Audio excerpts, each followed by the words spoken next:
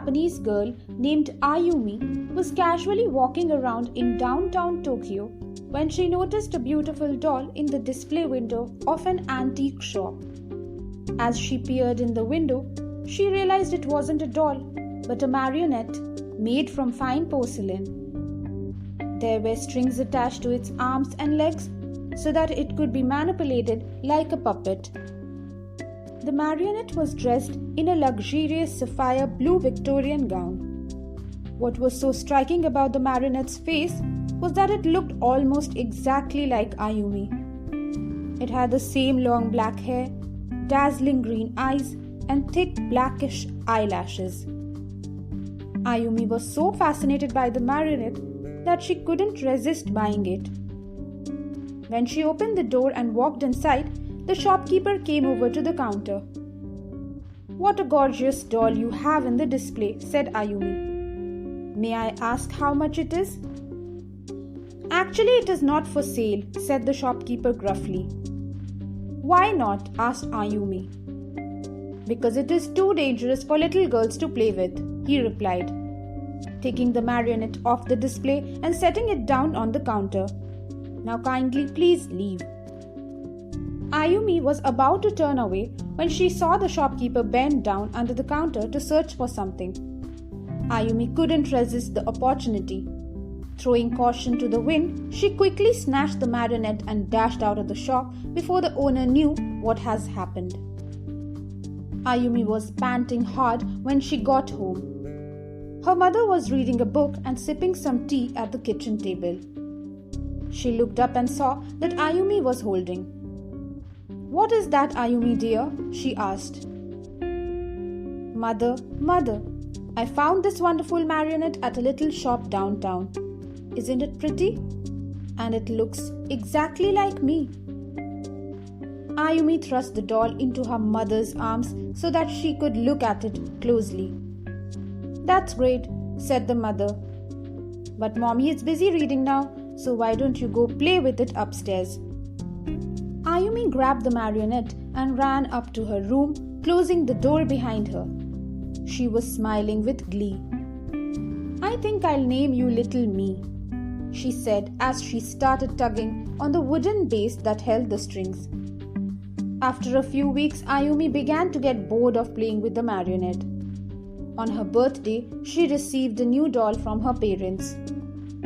After that, the marionette was left to collect dust on her shelf. One night after Ayumi had fallen fast asleep, she was awakened by a soft voice. "Ayumi, why don't you play with me anymore?" said the voice. Ayumi jumped out of bed and switched on the lights, but the room was empty. She looked suspiciously at the marionette. It stared back at her, its face blank. Ayumi began to feel awfully nervous. The next day, Ayumi took all of her dolls and placed them in a box in the attic. She didn't want to take any chances. The next night, Ayumi was awakened by the same voice. This time it sounded more menacing. "Ayumi, why don't you play with me anymore?" She turned over in bed and found herself face to face with the marionette. "Ayumi," the doll hissed, "you didn't listen, did you?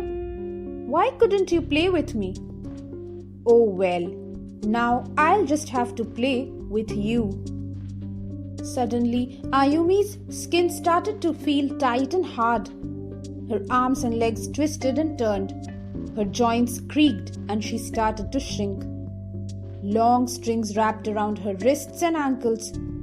Her skin felt as smooth as fine porcelain. She tried to scream, but her mouth wouldn't open. As she watched in horror, the marionette began to change too. It was becoming more lifelike and real. Its string disappeared and its porcelain skin turned to flesh. When morning came, Ayumi couldn't move. The marionette took a scissor and roughly snipped her strings. Then it picked her up and began bashing her head against the wall. The marionette dragged the helpless girl over to the top of the stairs and threw her over the banister. Ayumi fell to the ground with a mighty crash and her head shattered into pieces. "Mom," cried the marionette, "my doll broke. I can't play with it anymore." Ayumi's mother came running out of the kitchen. "Oh, what a shame," she said. "Well, it's your own fault. You shouldn't treat your toys so roughly. We'll just have to throw it in the garbage. What a shame. It was such a pretty marionette." The puppet has always haunted me. It had a big head and its face was made of wrinkled, flesh-colored rubber. The eyes were gigantic, bulging white orbs, and its black hair was made of some hard substance that didn't quite mess with rubbery head. The teeth were gigantic, pure white and capable of moving up and down. The body and limbs were wooden, painted to resemble clothes, but the paint was faded. You could see the wood's natural brown in some places. Each arm and leg was a different length, but the hands and feet were pretty detailed. It made a loud clattering sound whenever it moved. The puppet has always followed me. I didn't mean if I got chased around the room or anything. I mean, it kept showing up in my life. My earliest memory of it was from my first birthday. Although I obviously can't recall much of that day, I do remember that horrible puppet. I have no idea why it was there. I just remember it scared me to death and I couldn't stop crying. A few years later, when I was finally able to talk, I asked my parents about it and they flatly denied anything like that had ever happened to me on my first birthday. They must have thought lying about it would make things easier for me. The next time I saw it was when I was 3 years of age. I was exploring a room filled with old stuff my parents had stored away and I found a calendar. I don't remember the year. There was a photo for each month, but the only one I remember was October. That puppet was the image for it. I got scared and ran out of the room. I told my mom and tried to show her the calendar so that she'd know the puppet was real, but I couldn't find it. The room had been very messy and I ran out of it so quickly that I knocked over piles of stuff. I guess the calendar just got buried. It happened again when I was 6 years old. In the middle of night, I woke up from a nightmare. I was too scared to go back to sleep, so I went down the living room and turned on the TV. An old black and white TV, just ending when the commercial started. The puppet came on the screen. It was dancing while loud music played in the background. I screamed and started crying uncontrollably, but by the time my parents got downstairs, the puppet was gone. I didn't see the puppet again for quite a while after that, but I kept having nightmares about it. When I was 15, I decided to try to track it down using the internet to find information about the calendar, the commercial, anything. No one had ever heard of it, but one day I got an instant message from someone I had never talked to before.